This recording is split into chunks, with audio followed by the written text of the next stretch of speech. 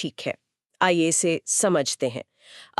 क्या होता है जब राष्ट्रीय अर्थव्यवस्था और महत्वाकांक्षी विकास योजनाओं का जो पूरा स्टीयरिंग व्हील है वो पारंपरिक नौकरशाहों के हाथों से निकालकर सीधे वैज्ञानिकों, शोधकर्ताओं और सबसे दिलचस्प बात, एक ऐसी साहित्य प्रोफेसर को सौंप दिया जाए जो स्वदेशी ज्ञान प्रणालियों की विशेषज्ञता रखती हों?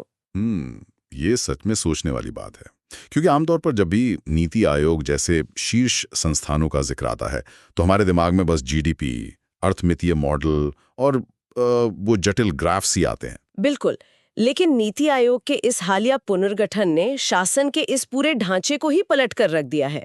मतलब ये सिर्फ कुछ नई नियुक्तियां नहीं है। हाँ, ये एक बहुत ही मौन और मैं कहूँगा विशाल बदलाव है। सही कहा, एक ऐसा बदलाव जहां नीति आयोग अब महज एक सलाहकार या थिंक टैंक की भूमिका से बाहर आ रहा है। एग्जैक्टली वो अब सिर्फ सुझाव नहीं दे रहे हैं।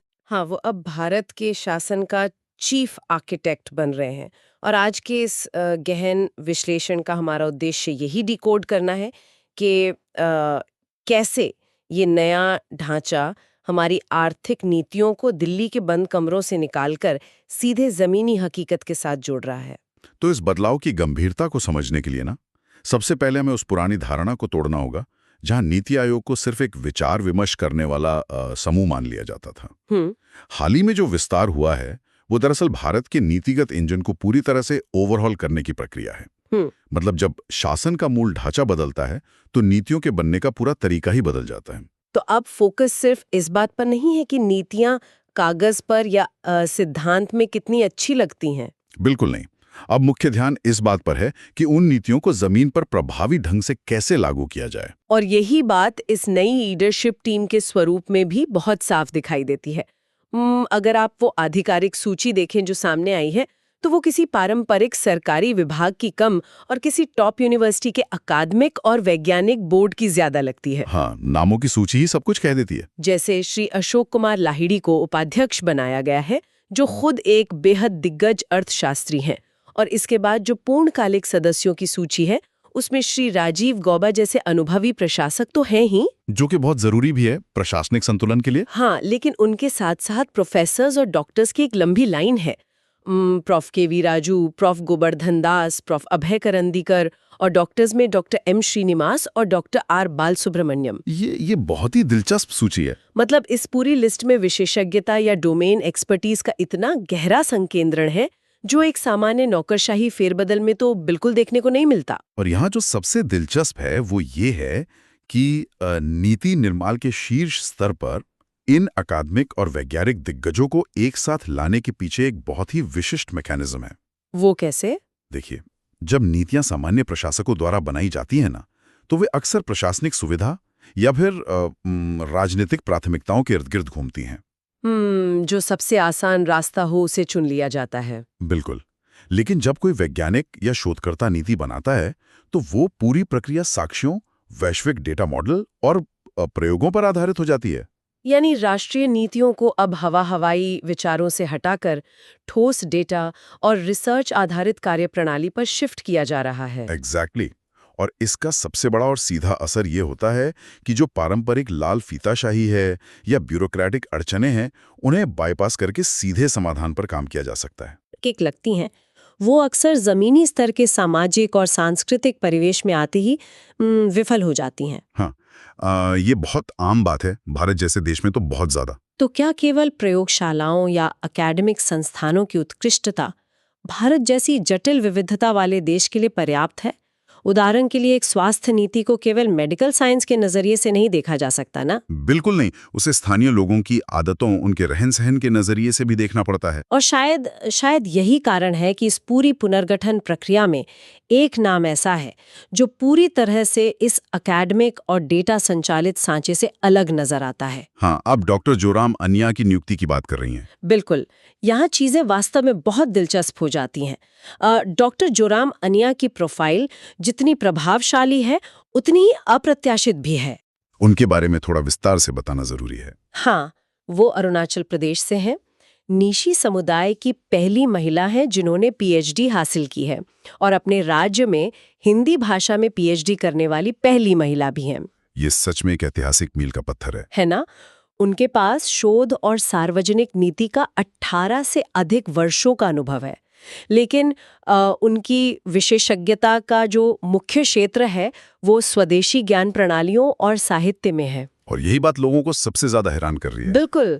मतलब मुझे यहाँ एक गंभीर विरोधाभास नजर आता है।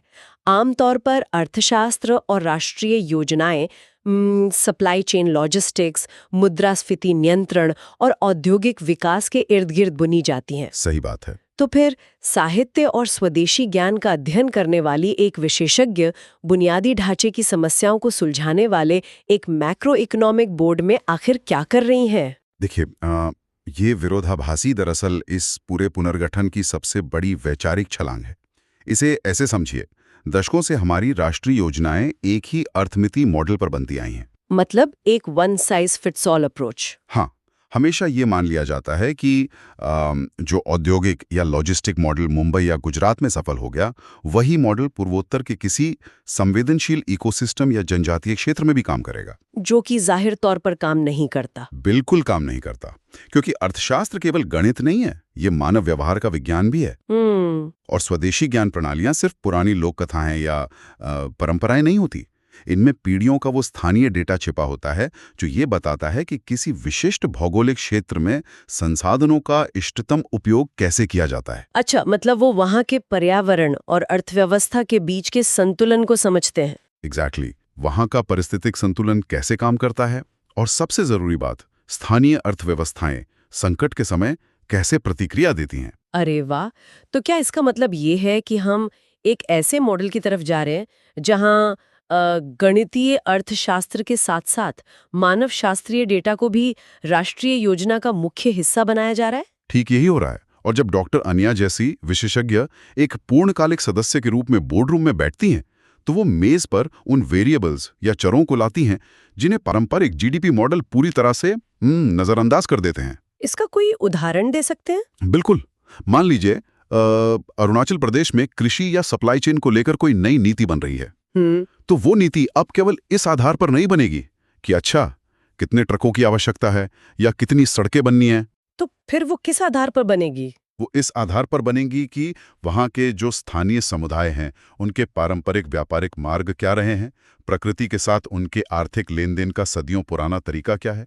ये बहुत गहरी बात है। और साहित्य किसी भी समाज के व्यवहार और उसकी आर्थिक चेतना का दर्पण होता है। तो इस दृष्टिकोण को शामिल करने का सीधा सा मतलब है कि नीतियां अब थोपी नहीं जाएंगी, बल्कि वे स्थानीय संस्कृति के इकोसिस्टम में स्वाभाविक रूप से घुल मिल जाएंगी। ये सच में एक बहुत ही स्पष्ट शिफ्ट है। मतलब नीति आयोग अब केवल क्या करना है इससे आगे बढ़कर उसे कैसे लागू करना है इस पर ध्यान केंद्रित कर रहा है। हाँ, जो ही सबसे मुश्किल काम होता है। लेकिन अगर हम इस स्वदेशी ज्ञान और स्थानीयकरण को राष्ट्रीय स्तर पर लागू करना चाहते हैं तो केंद्र और राज्यों के बीच काम करने का जो पूरा मैकेनिज्म है वो ही बदलना पड़ेगा। 100%। क्योंकि एक केंद्रीकृत ढांचा तो कभी भी स्थानीय ज्ञान का इतने प्रभावी ढंग से उपयोग नहीं कर सकता ना। और यही वो कारण है जिसकी वजह से नीति आयोग का मूल जनादेश, जिसे हम मैंडेट कहते हैं, वो पूरी तरह से पुनर्गठित हो गया है। पुरानी कार्यप्रणाली अब प्रासंगिक नहीं रह गई थी। इसलिए एक नया ढांचा तैयार किया गया है जो मुख्य रूप से 4 स्तंभों पर टिका है। और ये स्तंभ अलग अलग काम नहीं करते, बल्कि एक ही इकोसिस्टम के पुर्जों की तरह एक साथ चलते हैं। इस टॉप डाउन बनाम बॉटम अप दृष्टिकोण की जो बहस है, इसे समझाने के लिए मेरे दिमाग में एक बेहतरीन तकनीकी एनालॉजी आ रही है। अरे जरूर बताइए। तो जो पुरानी टॉप डाउन प्रणाली थी, वो एक पुराने लेगेसी सॉफ्टवेयर की तरह थी। Legacy software? हाँ। मतलब एक ऐसा सॉफ्टवेयर जो दिल्ली के किसी बंद कमरे में हार्ड कोड किया गया था और फिर जिसे देश के 28 अलग अलग ऑपरेटिंग सिस्टम्स यानी राज्यों पर जबरदस्ती रन करने की कोशिश की जाती थी। हाँ, और स्वाभाविक रूप से वो सिस्टम बार बार क्रैश होता था। बिल्कुल, क्योंकि हर राज्य की जरूरतें और उनके लोकल ड्राइवर्स अलग थे। सही बात है। स्थानीय आवश्यकताओं और स्वदेशी ज्ञान के आधार पर अपने स्वयं के समाधान या एप्लीकेशंस विकसित कर सकते हैं। यदि हम इसे व्यापक संदर्भ से जोड़ें तो ये ओपन सोर्स एपीआई वाला उदाहरण इस नए जनादेश को बहुत सटीकता से स्पष्ट करता है। और पता है, इस एपीआई का सबसे पहला और मुख्य कोड है सहकारी संघवाद। मतलब कोऑपरेटिव फेडरलिज्म। हाँ, इसका सीधा सा अर्थ है कि आर्थिक निर्णय अब एक तरफा नहीं लिए जा सकते। राज्यों की सीधी भागीदारी के बिना कोई भी राष्ट्रीय नीति सफल हो ही नहीं सकती। जब तक राज्य अपनी जमीनी हकीकत का डेटा इस सिस्टम में फीड नहीं करेंगे, तब तक केंद्र कोई प्रभावी रूपरेखा तैयार कर ही नहीं सकता। और एक बार जब यह सहकारी संघवाद का डेटा फ्लो शुरू हो जाता है, तब दूसरा स्तंभ सक्रिय होता है, नवाचार और रणनीति। बिल्कुल। देखिए, नीति आयोग अब केवल रोजमर्रा की आग बुझाने या तात्कालिक प्रशासनिक अड़चनों को दूर करने का काम नहीं कर रहा है। वो काम तो मंत्रालयों का है। एग्जैक्टली। अकादमिक दिग्गजों की जो टीम हमने पहले देखी थी ना, उनका असली काम इसी स्तंभ को मजबूत करना है। मतलब डेटा का विश्लेषण करना। हाँ, जब राज्यों से रियल टाइम डेटा और जमीनी अनुभव केंद्र तक पहुंचता है, तो ये वैज्ञानिक और शोधकर्ता उस डेटा का विश्लेषण करके दीर्घकालिक रणनीतियां बनाते हैं। जैसे कि अगले 20 सालों की योजना। बिल्कुल। वे ये तय करते हैं कि अगले 20 वर्षों में आर्टिफिशियल इंटेलिजेंस, जलवायु परिवर्तन या सप्लाई चेन में क्या वैश्विक बदलाव आने वाले हैं। और सबसे जरूरी बात, भारत का हर एक राज्य अपनी क्षमता के अनुसार उस बदलाव के लिए कैसे तैयार हो सकता है। समझ गई। इसके बाद जो तीसरा स्तंभ आता है, वो किसी भी आम नागरिक के नजरिए से सबसे महत्वपूर्ण आउटपुट है, और वो है ईज ऑफ लिविंग, यानी जीवन की सुगमता, जो कि अंतिम लक्ष्य होना ही चाहिए। हाँ, अगर हम वापस उस एपीआई वाले उदाहरण पर जाएं, तो सहकारी संघवाद वो कोड है जो बैकएंड में काम कर रहा है, और ईज ऑफ लिविंग वो यूजर इंटरफेस है जिसे एक आम नागरिक हर दिन अनुभव करता है। बहुत सही कहा। क्योंकि शासन की सफलता इस बात से तय नहीं होती कि नीतियां कितनी जटिल हैं या कितने भारी भरकम शब्द इस्तेमाल हुए हैं। सफलता तो इस बात से तय होती है कि एक आम व्यक्ति का जीवन कितना सरल हुआ है। और जीवन की सुगमता तभी हासिल की जा सकती है जब नीतियां लोगों की आदतों के अनुकूल हों। मतलब जो हमने डॉक्टर रनिया के मामले में बात की थी। हाँ, देखिए, आप अरुणाचल प्रदेश के एक सुदूर गांव के लिए ईज ऑफ लिविंग का जो पैमाना तय करते हैं, वो पैमाना केरल के एक तटीय शहर या बेंगलुरु के टेक हब से बिल्कुल अलग होगा। स्वाभाविक है, दोनों की जरूरतें जमीन आसमान जितनी अलग हैं। इसीलिए डॉक्टर अनिया जैसी नियुक्तियां और ये बॉटम अप मॉडल, ये आपस में बहुत गहराई से जुड़े हुए हैं। और जब नीतियां स्थानीय स्तर पर जीवन को सुगम बनाती हैं, तभी हमारा चौथा और अंतिम स्तंभ पूरी तरह से कार्यशील हो पाता है, जो कि है आर्थिक उत्प्रेरक, यानी इकोनॉमिक कैटलिस्ट। विज्ञान में एक उत्प्रेरक का काम होता है किसी भी प्रक्रिया की गति को बढ़ाना, बिना उसमें कोई सीधा बदलाव किए। सही कहा। तो जब नीतियां अड़चनें पैदा करने के बजाय जीवन को सुगम बनाती हैं और स्थानीय इकोसिस्टम के अनुकूल होती हैं, तो आर्थिक विकास की गति अपने आप तेज हो जाती है। मतलब घर्षण कम हो जाता है। बिल्कुल। नीति आयोग का लक्ष्य अब यही है कि हर मंत्रालय, हर राज्य और हर विभाग के बीच के घर्षण को कम किया जाए, ताकि पूरा देश एक सिंक में काम कर सके।